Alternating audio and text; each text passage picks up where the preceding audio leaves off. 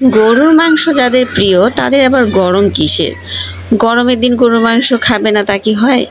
আসসালামু আলাইকুম। শিরোনাম দেখে তো বুঝতেই পেরেছেন আজকে আমি গরুর মাংসের রেসিপি দেখাবো।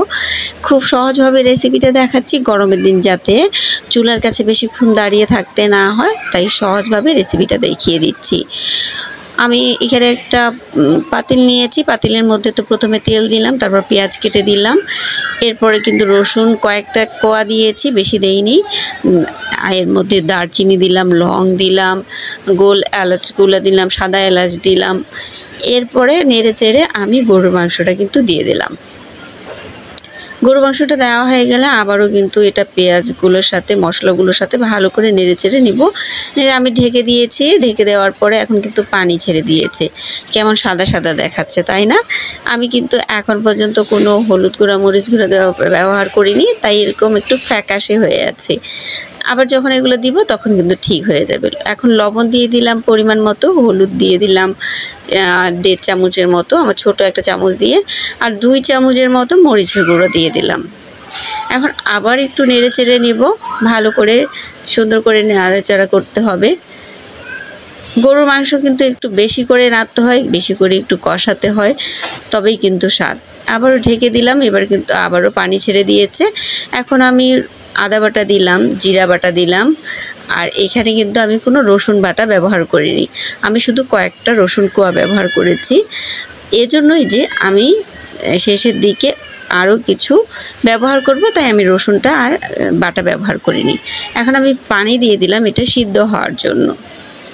কে কোথা থেকে আমার ভিডিওটা দেখছেন একটু কমেন্ট করে জানাবেন, তাহলে আমি বুঝতে পারবো যে আমার ভিডিওটা কে কোথা থেকে দেখছে। একটু কমেন্ট করে জানাবেন প্লিজ। এখন আরেকটু আমি নেড়ে চেড়ে নিচ্ছি। আর আপনারা ভালো করেই জানেন যে গরু মাংস একটু বেশি করে কষাতে হয়, যত কষাবেন ততই স্বাদ। আমার কিছুটা কষানো হয়ে গেছে, আমি এখন আলু দিচ্ছি। আমি কিন্তু আজকে গরুর মাংসে আলু আর পটল ব্যবহার করেছি।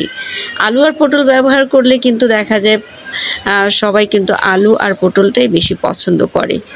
পটলগুলো আমি একটু বাঁকা করে কেটে নিয়েছি দেখার সৌন্দর্যের জন্য। আমার মা দেখেছিলাম বরাবরই এইভাবেই কেটে দেয়, আমিও তাই এভাবেই কেটে দিলাম। এখন কিন্তু সবগুলো আরও একটু ভালো করে মিক্স করে নিচ্ছি। পটল আপনি যতটা দেখছেন কিন্তু খাওয়ার সময় দেখবেন যে এটা কম হয়ে গিয়েছে। আমি একটু করে পানি দিচ্ছি আর একটু করে কষিয়ে নিচ্ছি। পটলটা আসলে এত স্বাদ হয় যে খাওয়ার সময় কম পড়ে যায়। তারপর আমি এখানে কিন্তু 10টা পটল দিয়েছি।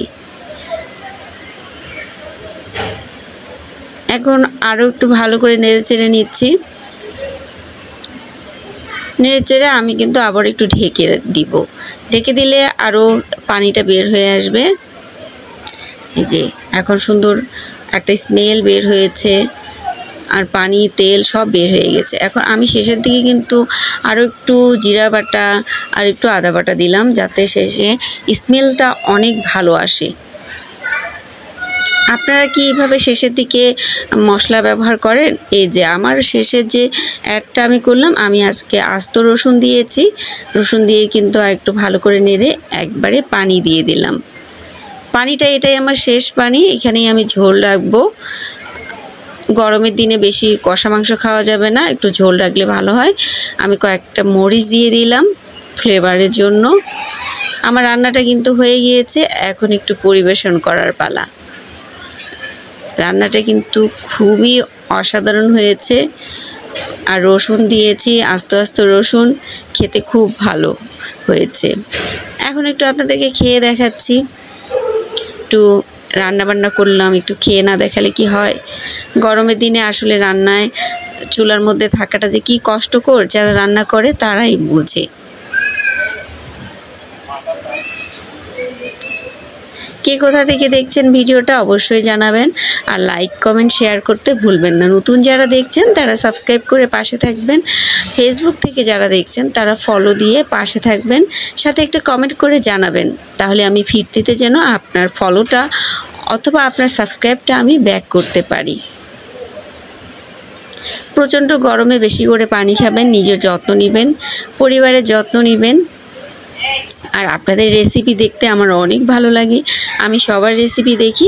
আগামী ভিডিওতে আমি অবশ্যই জানানোর চেষ্টা করব যে কোন কোন আপুরা আমার ভিডিও অনেক বেশি দেখে, অনেক লাইক কমেন্ট আর করে, সবসময় আমাকে কমেন্ট করতে থাকে। সেই আপুদের কাছে আমি চিরকৃতজ্ঞ। সেই আপুদের নাম না নিলেই হয় না।